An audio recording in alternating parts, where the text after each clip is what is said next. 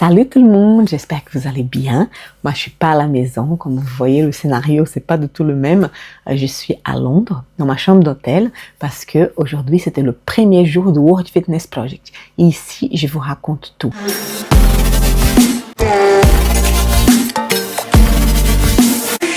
Il faut dire que l'endroit choisi pour cette compétition, c'est gigantesque. Le Drum Sheet, normalement, c'est pour les concerts. Tout est aménagé pour cette compétition. Le floor, il est gigantesque. La salle d'échauffement de préparation des athlètes, elle est énorme aussi. Tu as une salle de repos, tu as les salles de presse. Tout est bien aménagé. En fait, il y a trop de place. Par contre, la différence que j'ai trouvée par rapport à Copenhague, c'est que l'abord des athlètes. À Copenhague, les athlètes, ils étaient à côté, dans un hôtel à côté. Donc, quand ils devaient venir pour la compétition, ils étaient obligés de passer et on pouvait les voir facilement. De temps en temps, ils arrêtaient pour discuter, tout ça. Donc, ici, à Londres, c'est un peu différent. L'autre chose que j'ai bien aimé, c'est les food trucks. En fait, à disposition, il y a de tout, une variété énorme. Tu as de la nourriture mexicaine libanaise, tu as de la pizza, tu as de barbecue, beaucoup de produits avec le poulet et c'est très bon. On se régale ici à l'extérieur. Il fait beau à Londres, il y a un soleil magnifique et donc on peut manger comme ça à l'extérieur. Ça fait plaisir toujours. La journée a commencé avec une épreuve très dure avec des toast to bar, la course avec les runners et des overhead squats lourds. Au départ, j'ai vu le nom Punchik et je ne savais pas si c'était Saxon, Spencer ou Scott. Ils se ressemblent tous. Chez les athlètes Procard, il y a une belle bagarre entre le Suisse Colin Bochart, Chris Barr, l'Américain Chris Barr et Ty Jenks, l'Américain aussi. Colin, au départ, il était devant et tout ça, mais les Américains, ils ont pu s'approcher. Et en fait, c'est Ty Jenks qui a pris ses hits. Ty Jenks, je vous rappelle, il a 19 ans. Le garçon, il a 19 ans. Et c'est un phénomène. Pour le hit final, où il y a les athlètes les plus connus et mieux classés, c'est Agnol Kai qui gagne ce hit et qui gagne aussi cette épreuve. Donc, trop contente. Il était super applaudi. Il y a énormément d'Espagnols qui sont là pour le soutenir. C'est bien à voir. Chez les femmes, pour le premier hit, le hit de challenge, on a vu une personne revenue pour les compétitions, une super athlète qui était là. Elle était absente presque un peu plus d'un an, je pense. La dernière fois que je l'ai vue en compétition, c'était au Wodapalooza de l'année dernière à Miami, en équipe. Elle faisait équipe avec Eni et Ketch. Et en fait, je parle de l'Islandaise Sarah Sigmundsdóttir. Elle est revenue, elle était là dans la catégorie challenge parce que elle va essayer aussi d'avoir son Procard et ça faisait trop plaisir de la voir sur le floor. Toujours belle, rayonnante et très forte. Pour l'autre hit, la Britannique Eloise Wilkinson qui a gagné sa carte Procard l'année dernière, elle était challenge l'année dernière et elle a passé à Procard.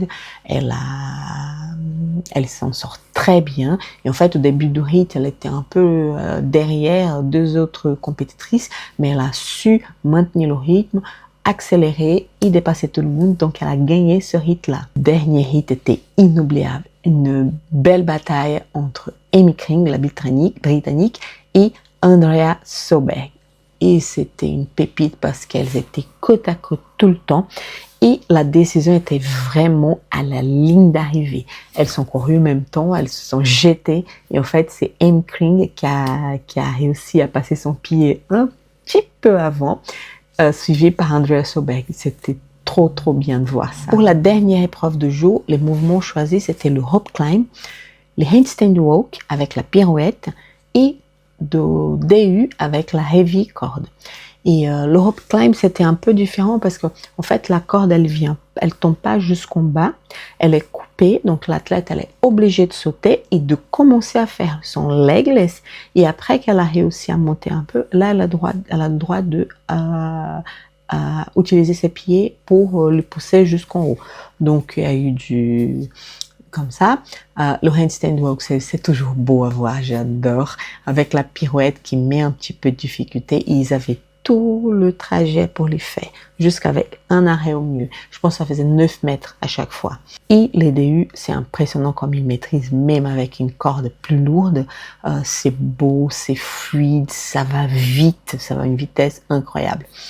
Par contre, c'était une épreuve où ils se sont sortis avec les épaules bien gonflées. Et dans la batterie finale, il y a eu une bataille super bien entre James Sprague et Tudor Magde. Ces deux garçons qui se connaissent depuis toujours parce qu'ils ont toujours fait la compétition ensemble. Ils étaient teenagers ensemble. Donc, c'est à la fin, James Sprague a pu mettre un rythme sous CDU qui Tudor n'a pas pu accompagner. Et donc, Sprague a pris la première place de ce hit et a gagné aussi ce test. Chez les femmes, il y a l'Espagnole Elena Caradala qui a gagné son hit. Ella Wilkinson, elle a aussi gagné son hit, donc elle fait un premier jour mais impeccable. Et sur le hit final, là, il n'y a eu pas d'histoire. Laura Horvath, elle a maîtrisé du début à la fin.